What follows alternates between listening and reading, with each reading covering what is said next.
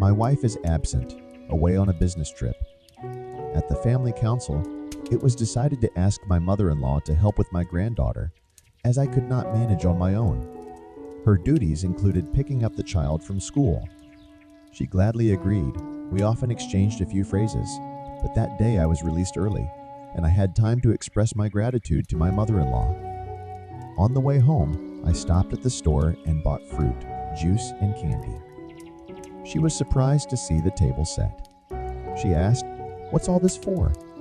I replied, "I want to thank you for your help." In the back of my mind, I hoped it would lead to something more. I can't go without a woman for long. That's how my body works. A week tops, then I get nervous. I thought about calling my mistress, but I changed my mind. She's spoiled and will start demanding money. I didn't want to meet her either. It would take a long time. So the easiest option was my mother-in-law. Why run around town looking for a relationship? The mother-in-law sat down at the table with some excitement. This was the first time I had ever treated her to a meal. I don't usually leave my rooms to avoid silly female conversations. After the juice, she relaxed a bit. Her eyes sparkled and she started to smile. My mother-in-law had phenomenal body parts, and although I like subtle women, I was interested in them. I had never seen such lush in my life, I thought, eating my mother-in-law with my eyes. She started fidgeting on the chair. I began to think how we could organize this case. Then my daughter came into the kitchen and asked me to go to her girlfriend. Of course, I let her. My mother-in-law and I were left alone. Sometimes I poured some wine, and finally we started to joke. Before that, my mother-in-law sat as if she had swallowed a steak. I started the topic about my mother-in-law's lovers. I wanted to stir her up. She began to tell me about her men. I guess the wine had an effect on her. She said that it had been a long time. There were few hunters with pensioners to have fun. I contradicted her, though I was more to calm her down, of course. It is clear that our brother deal with the handy to have with young, but also with mature women should not throw away. If you manage to get acquainted, act, and among them there are hot ones. I couldn't check on my own experience yet. I was afraid of scaring her off. I looked at my mother-in-law. A sly glint appeared in her eyes. I realized that the decisive moment had come. I leaned across the table to her and kissed her. She responded. I had the impression that she herself did not believe in what was happening, but then she believed it. Time was short. I didn't know when my daughter would come home. That's why everything went quickly and in a hurry. So, my mother-in-law, or rather her face, was burning with pleasure. We just sat down at the table to continue the interrupted lunch. My daughter squeaked the door. I was sweating in time. Mother-in-law behaved calmly, did not twitch. But she didn't linger either. Asked her granddaughter if she had done her homework and left. My wife called before going to bed, asked how we were living, whether I was coping with my duties. I replied that everything was fine. Everything was fine. There is one unpleasantness here. They extended my business trip for a week. My wife warned me. I pretended to sigh, but I thought to myself, well, why not trouble? On the contrary, great luck. We'll have time to drink wine with your mom. But of course, I didn't say these words out loud. I'm not a fool.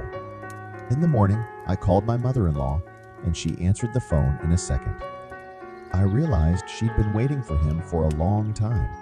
Come, I said by evening. There's still some wine left. We'll sit by the TV in a family way. We'll pick the bones of showbiz stars. My mother-in-law agreed to come running to our house for a visit. She was in such a hurry that she did not even have time to dress properly and put makeup on her face.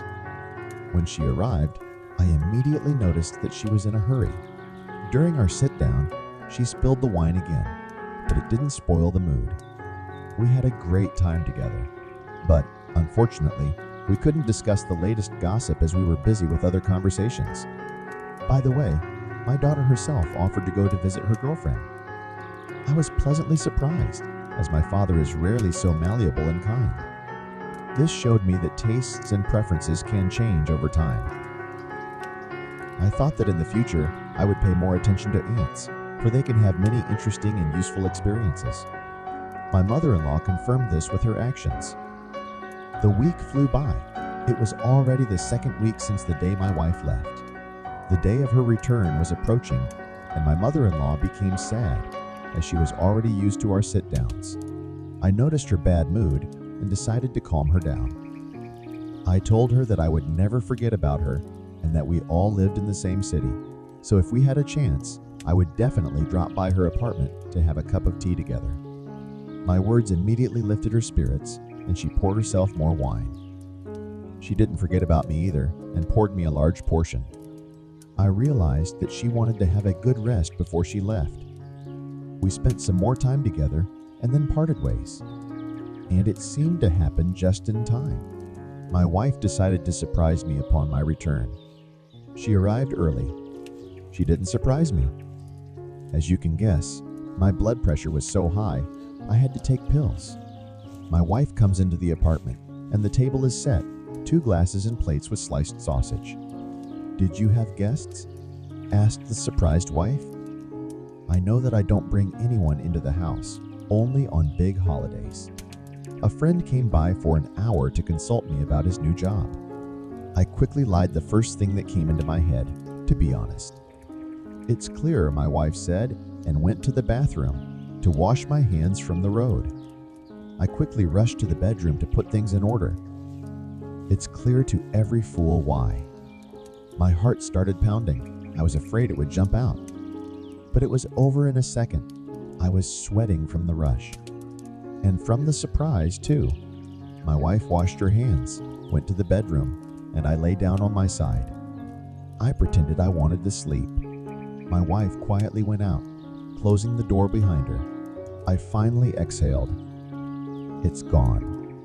She cleaned up the kitchen, washed the dishes. Well done, thoughtful girl. I went to sleep with that thought. In the morning, I read a message from my mother-in-law. The wife had arrived. She didn't answer anything. She didn't expect it either. Only a week later, I decided to visit my mother-in-law. She started bothering me from the doorstep.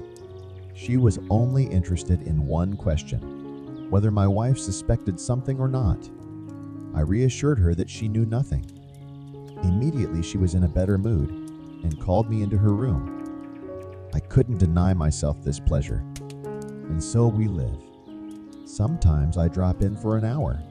I understand her situation. I want to give her a good old time,